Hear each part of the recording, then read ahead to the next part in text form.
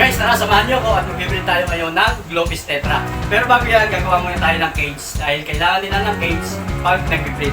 So ito, mabibili nyo lang sa hardware. Yung pinakamaliit na butas, yung bilhin nyo para hindi makalusot yung isda. Tara, gawin muna natin itong cage. Hi guys, ako si Jerry ng Jerry's Aquatics. Gumagawa ako ng mga video patungkol sa mga aquarium needs, aquarium hobbies, and peacekeeping. So kung gusto mo ng ganitong mga video, feel free to visit sa channel ko at pakicheck mo na lang yung mga nagawa ko ng video. Guys, importante na gumamit tayo ng ganitong cage kasi pag nag-drop na sila ng egg, pwedeng kainin nila yung mga itlog.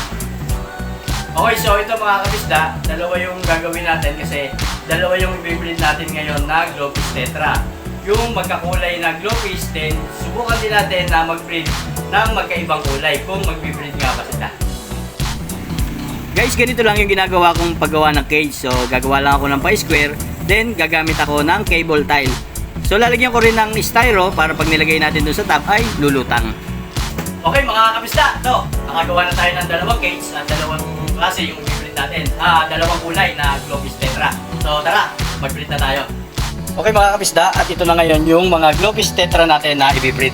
So ang gagawin natin, isang babae, then dalawang lalaki. Susubukan natin kung mas effective yung ganong pag-breed. So yan, kulay green na ito yung dalawang male, then ito yung female.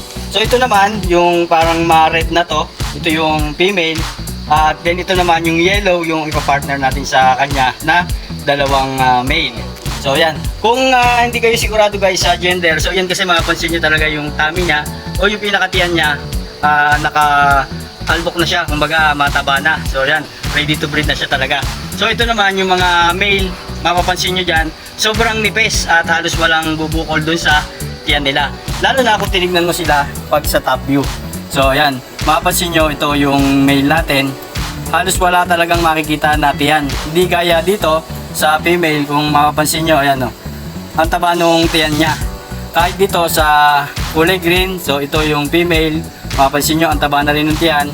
Then ito, yung male, ang nipis lang niya. So yan lang yung ginagawa ko na pag-gender para nakikita ko kung alin yung babae at lalaki. Then mapapansin nyo naman medyo pakaba yung ano niya, yung katawan.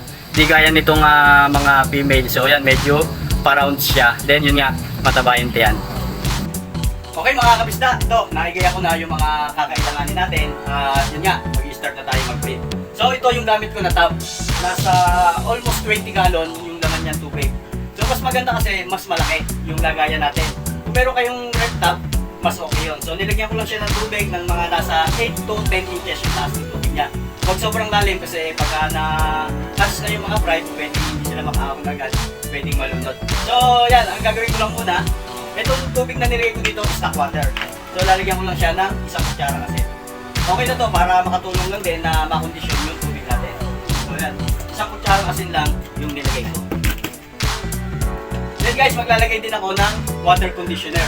So ito yung matagal ko nang ginagamit at matagal ko nang ginagawa na naglalagay ako ng water conditioner pag may bagong setup ako na aquarium. Then pag magwa-water change, gumagamit din ako ng water conditioner. So ito nga, medyo malaki yung lagayan, maglalagay lang ako ng 2 cups. So yung takip niya, dalawang takip yung ilalagay ko. So pwede naman siyang kahit mga 3 o 4. Wala naman siyang overdose, kumbaga pampakondisyon lang siya ng tubig. Yan nga lang, maaaksaya kasi ganun din naman yung magiging epekto sa kanya. So yan, kaya yan, tig-dalawang takip lang yung ilalagay ko. So ito nakakatulong lang din para makondisyon yung tubig natin. So yun nga, stock water naman to, goods na siya, then para makatulong, asin, then water conditioner para makondisyon ng tubig. Then mga kabisda, after nyan, maglalagay ako ng aerator or yung tinatawag na oxygen. So yung iba kasi tinatanong kung pwedeng walang aerator. May isasuggest ko kasi pag nag-breed talaga tayo, dapat lagyan natin ng aerator. Kasi pag na-hatch na yung mga egg nila, fry na, mapapansin nyo, dun sila kumakapit sa mga bubbles o yung pinaka-oxygen or yung aerator. At ito, gagamit ako nitong Sobo na na air pump. So, guys, mag-invest na tayo ng air pump kasi importante ito para mas marami yung mapisa na mga egg. And water conditioner, kailangan maglagay din tayo. So ito, yung Sobo, napakaganda nito. Kasi mga 3 days bago siya malubad. So yan, basta full charge, Hindi mo na kailangan saksak. Then pag pinindot mo siya, boom! So yun. Mapansin mo, gagana na siya. So yan, papakita ko lang muna paano siya gumagana. So yan. Naglagay lang din ako ng controller dito para parehas yung maging labas ng hangin niya. So yan. Okay lang naman tayo maglagay ng aerator nang huwag naman sobrang lakas. So yan. Single lang kasi yung nabili ko. So yan, nilagyan ko lang siya ng splitter, then ng controller para yan. Para parehas yung maging labas ng hangin niya. So yan. Magandang gamitin ito guys. Bili na kayo dyan sa showcase natin. So yan. Pero yun nga, ang importante dito, kailangan mayroong aerator or air pump pag mag-build tayo.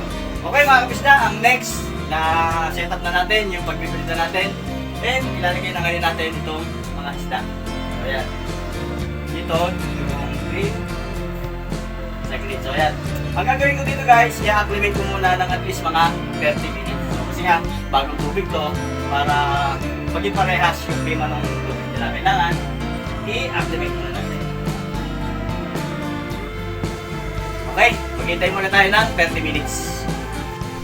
Okay, so yan mga kapisda, ina-acclimate na natin sila ngayon. So ito yung female, then ito yung male. So ganun din sa kabila, dalawang male, then isang female. So guys, tandaan nyo, pag magbe-breed kayo ng ganitong tetra, kailangan may oras. So sa hapon dapat, mga around 4 hanggang 6 PM.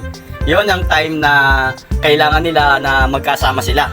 Huwag masyadong maaga kasi parang parang mai-stress lang sila sa paghahabulan. Kasi mag-lelay sila ng itlog bukas na ng madaling araw. Yung pumuputok na yung liwanag.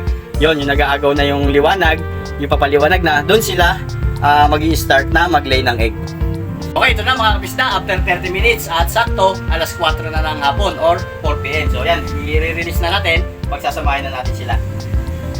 So guys, ang gagawin ko dito, isasama ko na lang din yung tubig kasi yung pinanggalingan nila, goods naman at malinis naman yung tubig na yun. Basta ang importante lang, na-acclimate sila. So yan, enjoy breeding. So yung isa naman, ganun din, papakawalan na rin natin. Yan. So inuna ko nga pala, ito yung babae. Then papakawala ko na rin yung lalaki. Okay. Okay mga kabisda, so yan, magkasama na sila ngayon. At ito, yung kulay red, then dalawang yellow. And guys, nga pala, naglagay din ako ng aquatic plants. So yan, nakakatulong din para maging komportable sila. So yan, hornwort, yung may available ako, ito yung niligay ko. So kahit ano naman na aquatic plant, pwede natin gamitin. So yan, umaandar na yung pump, may bubbles na, gamit itong Sobo na air pump. Then yan, sa kabila, umaandar na din. Okay mga kabisda, at yan, naka-set up na. Mag-start na silang mag-breed dyan. So, ang mangyayari dyan, nga pala mga kabisda, hindi ko muna nga pala sila pinakain mula kaninang umaga hanggang ngayon na mag-breed kasi pag pinakain pa natin sila, magpupups, baka magkaroon lang ng dumi o kung ano man, pag nag-poop sila, dudumi lang, hindi na maganda. Kaya, sinasuggest ko na rin, yun na rin sa na-experience ko, huwag na muna nating pakainin bago natin sila i-breed. Okay mga kapisda, hanggang dito na lang muna. Bukas, babalikan natin kung nakapag-breed na nga pa sila. And guys, pakipollow na lang kung hindi ka pa nakapollow para ma-update ka bukas sa mangyayari dito sa binibreed natin. Okay mga kapisda, happy peacekeeping!